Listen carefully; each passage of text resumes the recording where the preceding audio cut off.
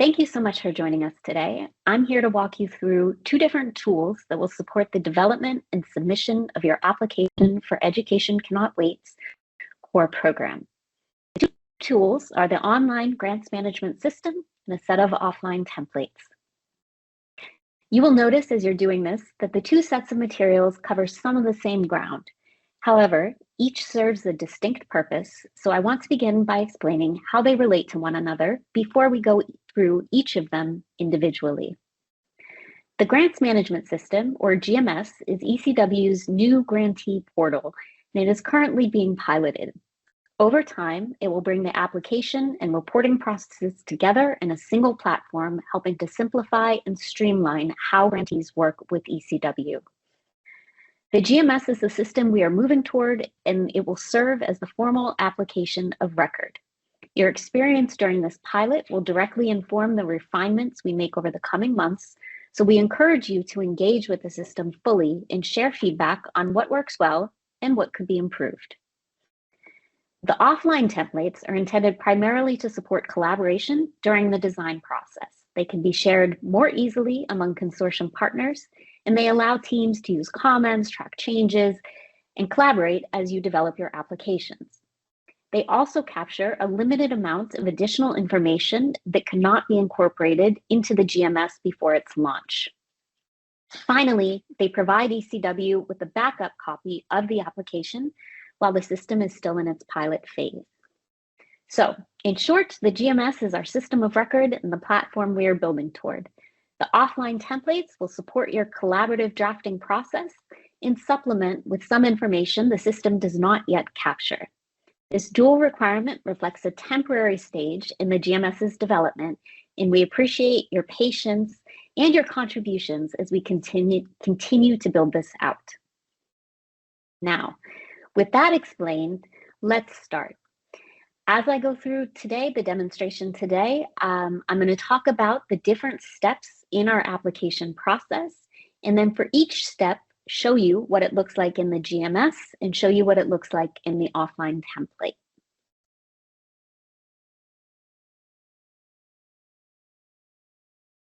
Let's get started with talking through these two tools.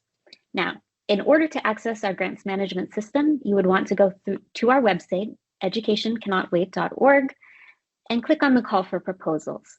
You will see there, if you scroll down, a link to our grants management system.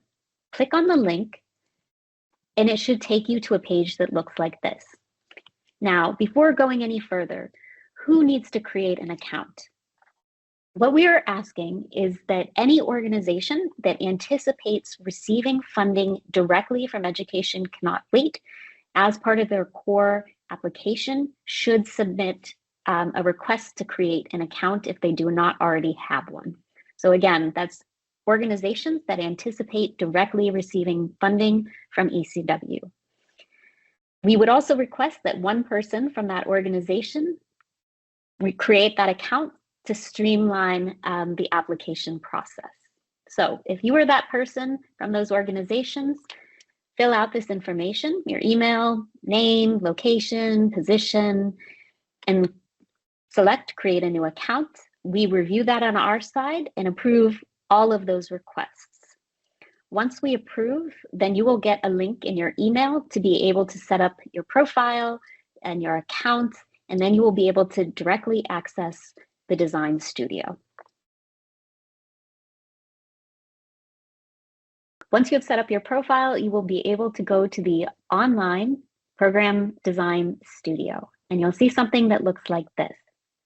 Now, just to mention, although multiple organizations may directly be receiving funding from ECW, we would ask at this stage that one organization is identified as the administrative lead who will be submitting the proposal. So if that is you, please click yes, and you will see it will ask you what type of program you're designing for. At this stage, you are designing for a core multi-year program only. Okay, click next. Okay, and then we are here in the Design Studio. Just to say a little bit about the navigation, my screen might look a little bit different. But overall, what you can see is on the side, there's a set of 10 steps to complete your application. At each stage, the system saves the information automatically. So if you're in consortium partners, then you can flip around to go and see what might be required in standard indicators. But please note these steps do build on each other. So it's good to go through and at least try and fill each step out once. And so you can see sort of what the information required is.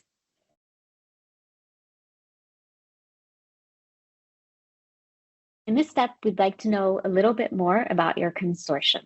You can start by listing all of the partners in the consortium. So if your organization is Save the Children, you can start typing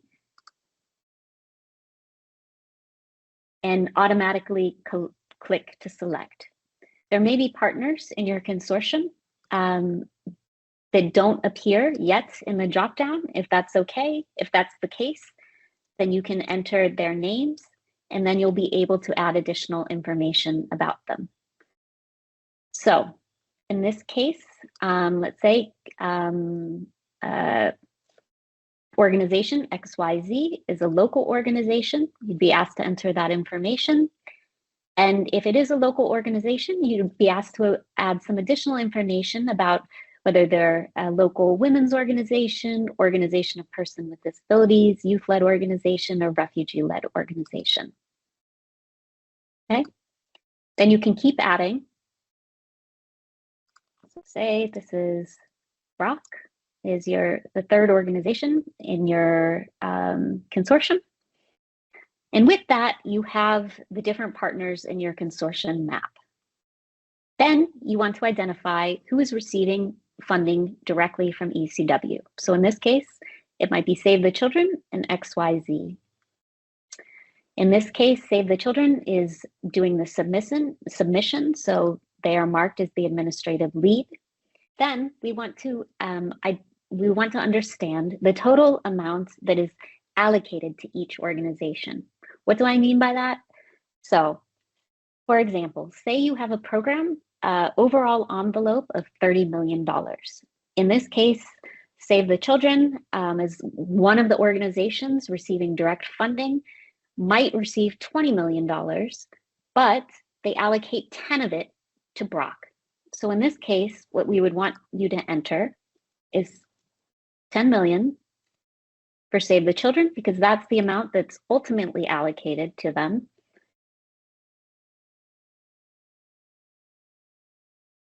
$10 million for Brock, that would be coming from Save the Children, and then XYZ would receive 10 million from ECW. So the total is a $30 million envelope, but you can see exactly what each organization is allocated within the consortium. Now, let's see what this looks like in the offline Excel template. So you can open up the template. One thing you will want to do when you open the template is remember to enable macros. That's important for it to work. You can see there's a set of steps along the bottom here, very similar to what you will see in the GMS. The instructions, there are instructions here, as well as some definitions that can help you as you're filling out both the GMS and this offline template. So for step one, it mirrors exactly the GMS. So you have to enter the same information, click who is the administrative manager, and then you can see at the bottom here the total. This should add up to the total envelope available for the core program.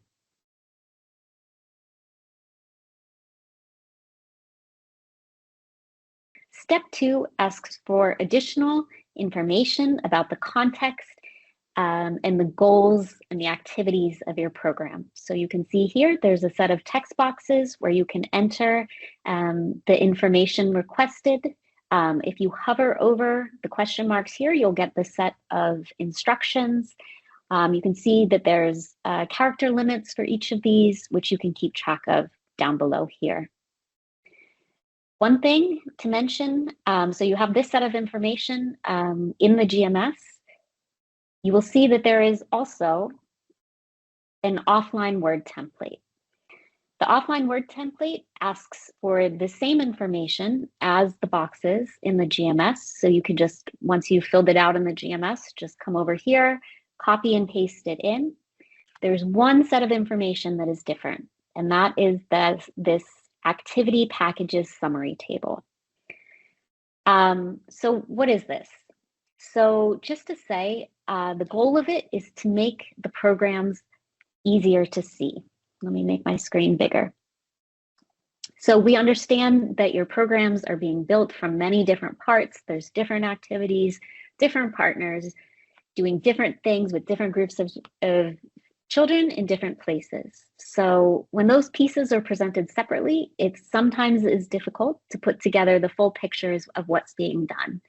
The intention of this table is to really bring together that information to be able to answer the question, what will a child in your core program receive? And this is to help us understand, are the majority of children, for example, receiving school materials, or are the majority of children in a classroom with a teacher who has been trained and receiving school materials and has access to referral mechanisms? And so we really want to understand those packages of activities that the children in your program are receiving. There's instructions about how to fill in this table and some examples in the narrative. Just to say that the key principle really is that each row should represent the group of schools or learning spaces or communities or other settings where children would receive a certain package of support. So for example, in this example, in 30 primary schools in District A in your country, organizations 1 and 2 would be providing children with teaching at the right level, with WASH, and a small subgroup with financial support. Okay? So we want to know about what the group of children in those 30 primary schools receives. We would want to know more information about who is delivering that. So for example, organization 1 might deliver teaching at the right level. Other organizations might do other components. We would like you to provide an estimate for how many children are being targeted with that package of support. And we'll get to this in the next step, but this should include an estimate of the direct beneficiaries and the intermediate beneficiaries. And I'll go over that more in the next step. We want to know more about which children are being targeted. Girls with disabilities, refugee girls with disabilities, to better understand the reach across those different intersecting identities. We would want to understand from your point of view what results this set of activities is intended to achieve. So we'll talk about this as well a little bit later. But the program development committees have identified a set of intermediate results that the program should aim to achieve. So here we're asking you to link your activities to those intermediate results. In providing an estimated budget for that set of activities, which would help you estimate a cost per child for that set of activities in that setting. We would also want to know how long this set of activities is anticipated to take. One thing to say about this is this set of bundles of activities should be filled out for outcomes 1, which is around access, and outcomes 2 around quality. Outcome 3 around crisis readiness does not need to be included in this table. Okay, so that is in the narrative template. Now, so let's say that you have filled out your text boxes here.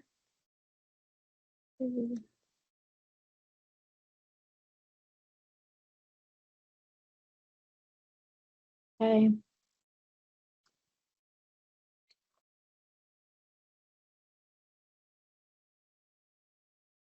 Now we are on step 3, and here we want to know more information about the children targeted by your program. In the first table, we'd ask you to enter information about the children targeted in your program by protection status, by education level, and by sex. So you can see here, I've entered some example numbers. And here,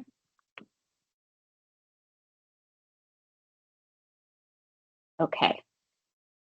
Then the next two tables auto-populate based on your what you've inputted above. So if you look here, you can see that overall, right now, your program is targeting 2,400 children, 1,200 females. And you can see that about 40% of them are refugees, 40% are IDPs, and 17% are other affected populations. You can look down here and see a similar breakdown for pre-primary, primary, and secondary. So we'd ask that you enter your information and then check these tables carefully to make sure it's aligned with the shares of children that you're targeting. Then we would ask you to provide some more detailed information about children targeted with disabilities by education level and by sex. You can review information about the share targeted of children with disabilities here. In the offline template, you'll see a similar set of information. You'll enter information in this section up at the top for the total children targeted and the total children with disabilities targeted. It does ask for a little bit more detailed breakdown so that we can understand whether children facing multiple forms of education exclusion, so for example, refugee girls with disabilities, are adequately reflected in the program targets. And you can see it also has the dashboard tables, so you can check your targets here. Okay. Now, let's go on to mapping activities.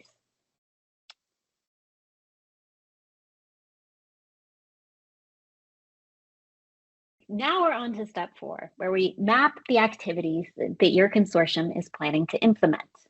The activities are organized according to the INEE minimum standards, and you'll see a list here. And what we'd ask is that you select all of the activities that you and your consortium partners are planning to implement. So let's go ahead and select a few. You'll notice within each of the INEE minimum standards categories, some of the activities are also tagged as PGI targeted or targeted towards protection, gender equality, and inclusion. Select those. If you notice that some of your key activities are missing, you also have the option to add a few activities down here.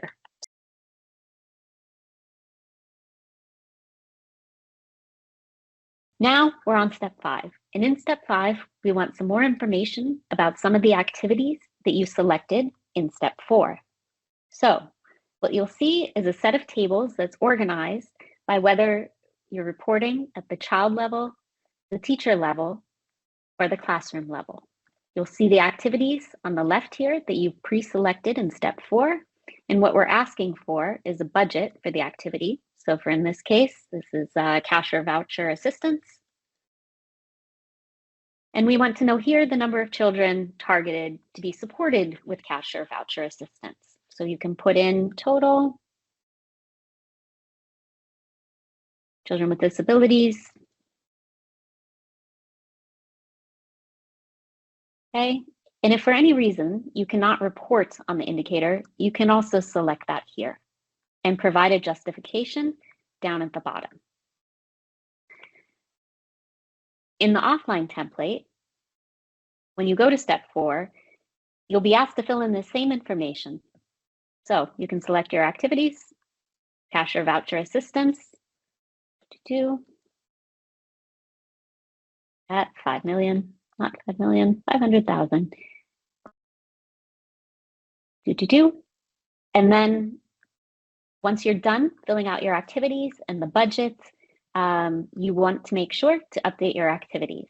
And you will get this pop-up here, and this will allow the rest of the template for this logic to filter through. Okay, so you filled that out, then you go to step 5, and based on your selection in step 4, as it was in the GMS, you'll see certain indicators we request more information on. So for example, because you had selected cash and voucher assistance, we ask for some more information about the children that you're targeting with cash and voucher assistance. In this sheet, you only need to fill in the indicators that are marked with a checkbox, okay? Okay. Now we're on to step 6, outcome and outcome level indicators. So one thing that you will want to have handy as you're designing your results template is the theory of change developed by the PDC. So you can see I have one up here from Bangladesh. This was included in the application packets for each country. And so you can see here the PDC in each country has filled out or has already drafted an outcome statement. And so what we want you to do here is for outcome 1 to enter in the outcome for your country. And then you can enter in the indicators that you propose to use to measure that outcome. So outcome 1 is around access and continuity of education. Outcome 2 is around quality and holistic learning. Outcome 3 is around crisis readiness. You select your unit of measurements, and then please provide additional information about how you propose at this stage, how you think you will measure that indicator. You'll be asked to provide some additional information. If you have baseline information, you can enter it here, some information about the target.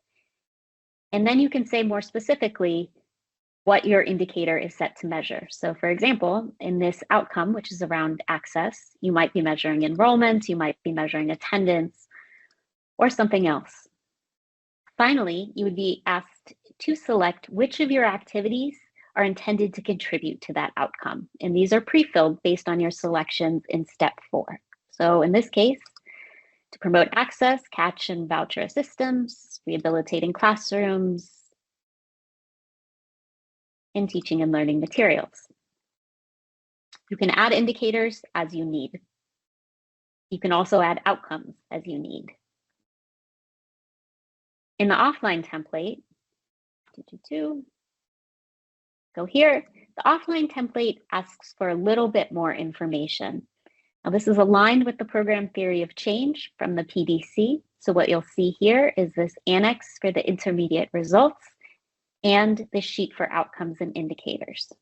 So what we would ask you to do here is first to select the country that you're working on. So in this case, say it's Bangladesh, and then select up to 4 intermediate results that you intend to measure through your program. And so you can see your intermediate results for your country are here. And this is why I mentioned that it's always good to have the theory of change available.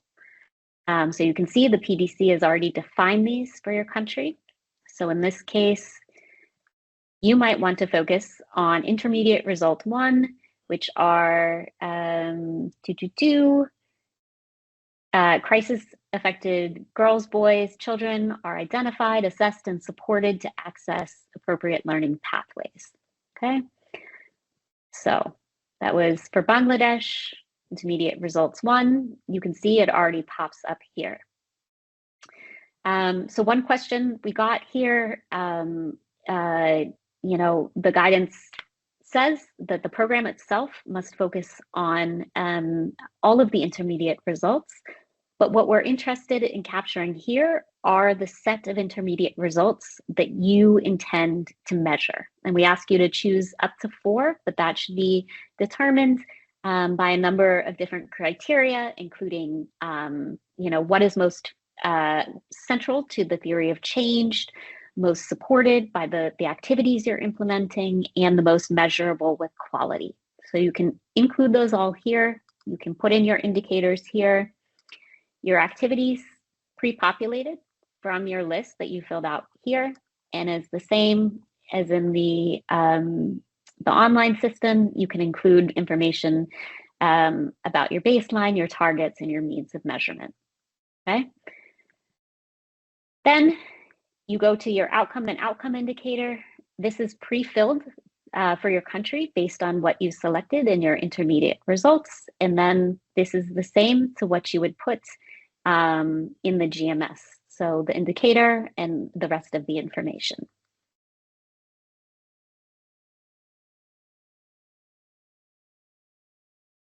Now we're at step 7, the budgeting step.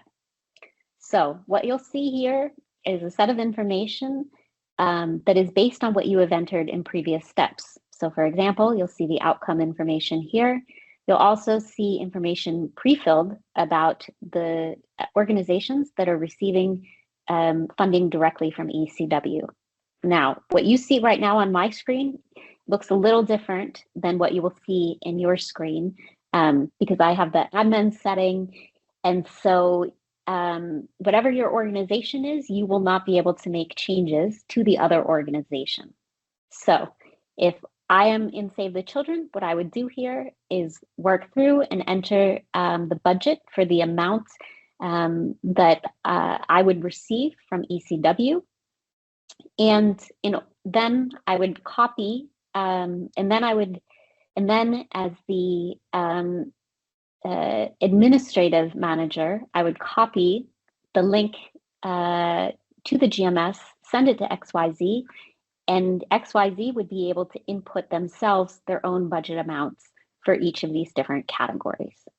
So what we ask here is for each of the organizations receiving money in their own profiles to enter information about the cost by outcome, by item, operational costs, and indirect costs. And you can see here at the bottom a total summary with some guidance on what is allowed in each category.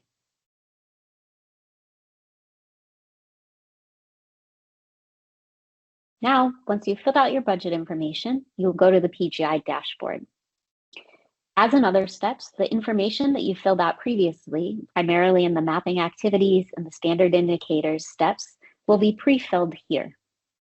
So you can see here the set of activities that it was gender targeted in your program, the budget that you entered, and then it automatically calculates the % of your programmatic costs that are gender targeted. And same with disability targeted. There may be a few activities where you still need to enter some budget information, but you can do that here and it will automatically update. You can also add comments about any of this budgeting information. In the offline template, you will also see protection targeted activities.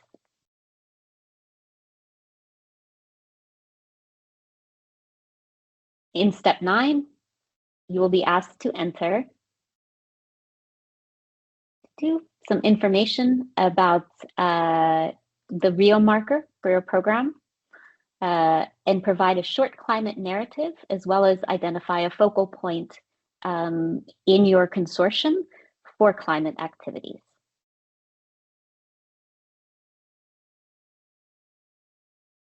Finally, in step 10, you can upload any other materials.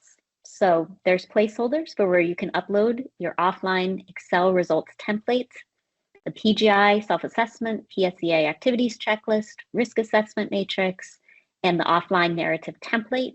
All templates can be found here at this website link.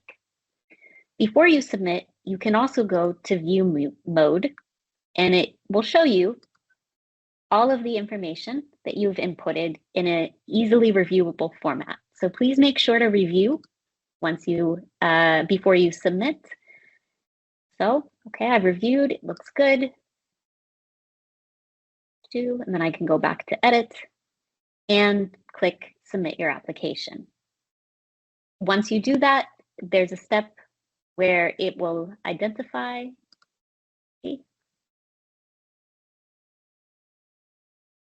Okay, so it seems like there's some information I didn't fill out. This will alert you to that, but once you have filled everything out, the submission will go through and then ECW will review. Please remember also to email your submission to the email address provided in the call for proposals.